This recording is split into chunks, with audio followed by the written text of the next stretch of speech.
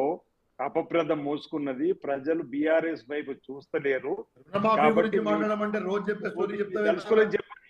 మీ నాయకురాలు రుణమాఫీ పెట్టారు పివి గారు పోటీ అంటే అది మీకు అవమానము, బీఆర్ఎస్ పార్టీకి అవమానము. ఎందుకంటే అనుకుంటలేరు?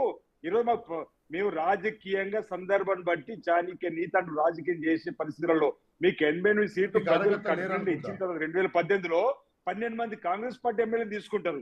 అది మీ నీతి, అది మీ రాజనీతి. మీరు చేసినప్పుడు సొక్క బంగారం మీరు చేసింది. ఇప్పుడు మేము చేసేది తప్పని విధంగా మాట్లాడితే ఎట్లా? ఈరోజు గ్రూప్ తగాదలు, ఎక్కడ గ్రూప్ తగాదలు? 4.5 మాసాలు అవుతుంది. సమన్వయంతో చక్కగా మేము పనిచేసుకుంటూ అవుతుంటే కాంగ్రెస్ లో సహజంగా గ్రూప్ తగాదలు ఎక్కువ అంటే గోతికాడు నక్కలాగా వేచి చూస్తున్నారు. అదే ప్రభుత్వం పడగొట్టారని చెప్పని మీరు ఎన్ని ప్రయత్నం చేసినా ఎన్ని రేవంత్ రెడ్డి గారు అన్ని మీరు చెప్పిన నేను 88 సీట్లు మీకు కడుపు నిండి ఇచ్చిన తర్వాత మా 12 మంది ఎమ్మెల్యేలు ఎందుకు కలుపుకుంటున్నారు? దానికి అప్పుడు మీరు రాజనీతి అంటున్నా. ఈ రోజు గ్రూప్ తగాలు ఎక్కువ, 4.5 ఆగండి. 4.5 మాసాలు అవుతుంది. మా ముఖ్యమంత్రి రేవంత్ రెడ్డి సమన్వయంతో చక్కగా పరిపాలన సాగిస్తున్నారు. ప్రతి మంత్రికి గౌరవిస్తుండు.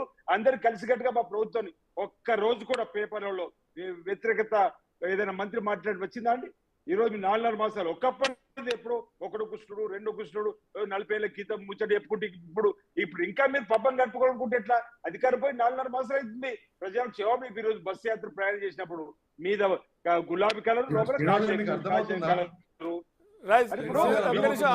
శ్రీధర్ గారు ఒక్కటే శ్రీనివాస్ జీ, నేను ఒక విషయం మీకు చెప్తాను. ఇక్కడ శ్రీనారాయణ కూడా అర్థం చేసుకోవాలి.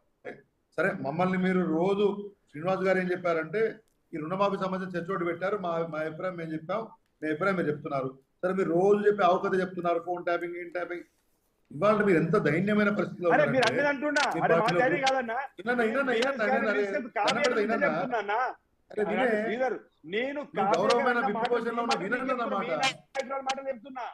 నేను ఒక మాట్లాడుతున్నా మిమ్మల్ని. ఇవాళకి కూడా 7 మొత్తం ఎమ్మెల్యేలు మీ దగ్గర ఉంటే కూడా ఖమ్మంకి ఎంపీ అభ్యర్థి నిర్ణయించలేకపోయినావు, కరీంనగర్ కి ఎంపీ అభ్యర్థి నిర్ణయించలేకపోయినావు. గ్రూప్ సందర్భాన్ని దాన్ని మీరు ఎప్పుడు అవసరం లేదు కదా. అట్లా అనుకుంటాం. రాజశేఖర్ శ్రీధర్ రెడ్డి గారు అది ఇష్యూ కాదులే కానీ, ఎందుకంటే అది ఇష్యూ కాదు. అల్లంపూర్ కూడా లాస్ట్ దాకా నిర్ణయించుకోలేకపోయారని మీరు అంటారు. అల్లంపూర్ లాస్ట్ దాకా ఎవరికి వాళ్ళు నిర్ణయించుకోలేకపోయారు, మీరు కరీంనగర్ నిర్ణయించుకోలేకపోయారు. మీరు అవి అభ్యర్థులు అనేది ఆ పార్టీకి ఉన్నటువంటి అవసరాలు అవి. కానీ ఇక్కడ మనం ప్రజా సమస్యలు ప్రజలు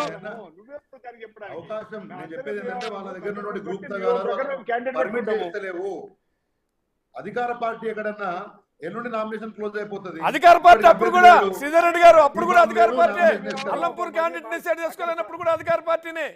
అల్లంపూర్ లో క్యాండిడేట్ డిసైడ్ చేసుకున్నప్పుడు కూడా బీఆర్ఎస్ అధికార పార్టీనే. కాబట్టి అధికార పార్టీలైనా ఆ రకమైనటువంటి ఒత్తిళ్లు ఉంటాయి.